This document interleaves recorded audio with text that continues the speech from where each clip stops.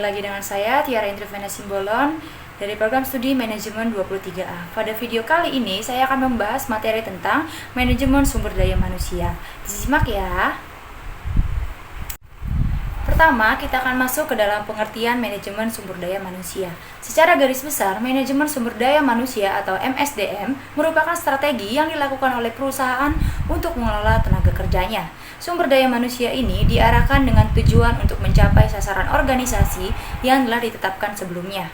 Manajemen sumber daya manusia merupakan salah satu subdivisi dalam disiplin manajemen yang memusatkan perhatiannya pada pengaturan tenaga kerja sebagai bagian dari fungsi staffing. Kegiatan staffing ini mencakup berbagai proses seperti menentukan persyaratan bagi calon karyawan, proses rekrutmen, seleksi calon pekerja, mengadakan program pelatihan dan pengembangan, mengevaluasi kinerja, dan memberikan imbalan kepada para pekerja. Istilah lain yang sering digunakan untuk manajemen sumber daya manusia adalah Human Resource Management atau HRM dan manajemen personalisasi. Selanjutnya, kita akan masuk ke dalam fungsi manajemen sumber daya manusia. Fungsi yang pertama yaitu perencanaan SDM. Fungsi ini secara sistematis dilakukan untuk mengidentifikasi, menganalisis, dan mengantisipasi kebutuhan sumber daya manusia. Tujuannya adalah memastikan jumlah dan jenis karyawan yang sesuai untuk mencapai tujuan organisasi. Hal ini mencakup analisis peran, seleksi calon, alokasi tugas, dan penempatan karyawan. Fungsi yang kedua ada proses rekrutmen hingga pemberhentian. Manajemen sumber daya manusia bertanggung jawab atas siklus lengkap proses penerimaan karyawan, mulai dari merekrut hingga mengakhiri kerjasama. Hal ini meliputi perencanaan rekrutmen, seleksi kandidat, orientasi baru, dan pengelolaan penghentian sesuai dengan peraturan yang berlaku. Dan fungsi yang ketiga ada kompensasi dan tunjangan. Penetapan gaji dan kompensasi karyawan harus adil dan seimbang. Manajemen sumber daya manusia bertugas memastikan bahwa gaji yang diberikan sesuai dengan tugas dan tanggung jawab masing-masing posisi di dalam perusahaan. Konsep ini mencakup pengaturan upah yang layak dan setara untuk posisi serupa di seluruh perusahaan. Lalu, fungsi yang keempat ada penilaian kinerja dan pengembangan karir. Pemantauan dan penilaian rutin terhadap kinerja karyawan memungkinkan pengembangan yang berkelanjutan. Hal ini melibatkan pemberian umpan balik yang konstruktif dan peluang bagi karyawan yang memiliki potensi untuk berkembang dan naik jabatan. Fungsi yang kelima ada pelatihan dan peningkatan keterampilan. Tugas manajemen sumber daya manusia mencakup penyelenggaraan pelatihan serta program pengembangan guna meningkatkan keterampilan dan kapabilitas para karyawan. Pandangan ini menilai bakat sebagai aset yang berharga dan diinvestasikan agar memberikan hasil yang diharapkan. Dan fungsi yang keenam ada keamanan dan keselamatan di tempat kerja. Manajemen sumber daya manusia juga memiliki peran dalam memastikan lingkungan kerja yang aman dan sehat bagi semua karyawannya.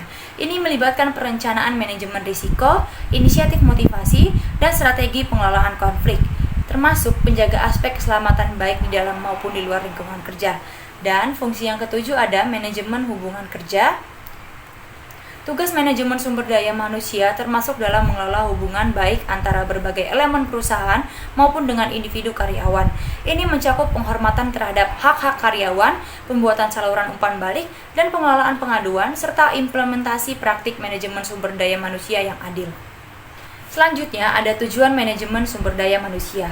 Manajemen sumber daya manusia bertujuan untuk memastikan bahwa perusahaan mampu mencapai tujuan bisnisnya dengan melibatkan karyawan yang memiliki keterampilan yang relevan dan motivasi yang tinggi. Berikut ini akan saya sampaikan beberapa tujuan dari manajemen sumber daya manusia.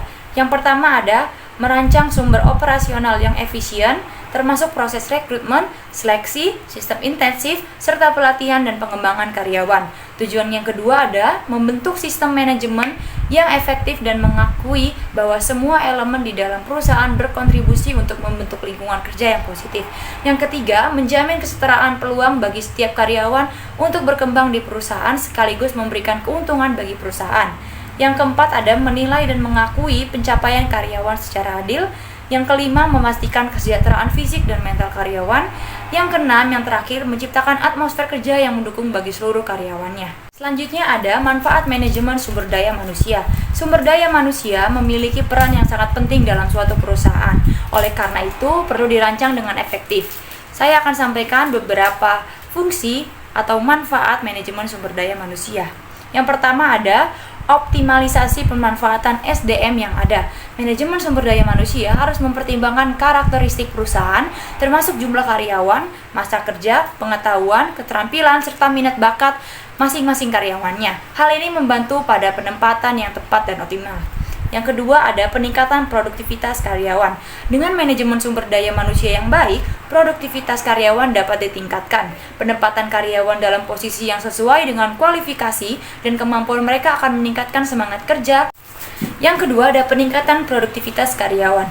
Dengan manajemen sumber daya manusia yang baik, produktivitas karyawan dapat ditingkatkan. Penempatan karyawan dalam posisi yang sesuai dengan kualifikasi dan kemampuan mereka akan meningkatkan semangat kerja dan hasil yang diinginkan. Yang ketiga ada perencanaan kebutuhan tenaga kerja. Manajemen sumber daya manusia juga melibatkan kebutuhan tenaga kerja di masa depan, baik dalam jumlah maupun kualifikasi. Ini melibatkan promosi karyawan, mengisi lowongan yang ada, dan memenuhi kebutuhan baru dalam organisasi. Yang keempat ada pengelolaan informasi ketenaga kerjaan. Pengaturan sumber daya manusia juga melibatkan pengelolaan data terkait pegawai seperti masa kerja, status pernikahan, upah, riwayat, pendidikan, pelatihan, dan keahlian khusus. Informasi ini penting untuk pengambilan keputusan yang lebih baik terkait sumber daya manusia. Yang kelima ada penelitian dan analisis. Sebelum merencanakan tindakan dan penelitian, analisis mendalam diperlukan, termasuk studi tentang manajemen sumber daya manusia itu sendiri. Pendekatan ini memberikan wawasan yang akurat untuk dasar pengambilan keputusan dalam praktik manajemen sumber daya manusia. Manajemen sumber daya manusia memiliki dampak yang signifikan pada kelangsungan perusahaan dan bisnis. Tanpanya, perusahaan mungkin harus menghadapi tantangan besar dalam merekrut, mengelola, dan memanfaatkan talenta yang tepat sesuai kebutuhan organisasi.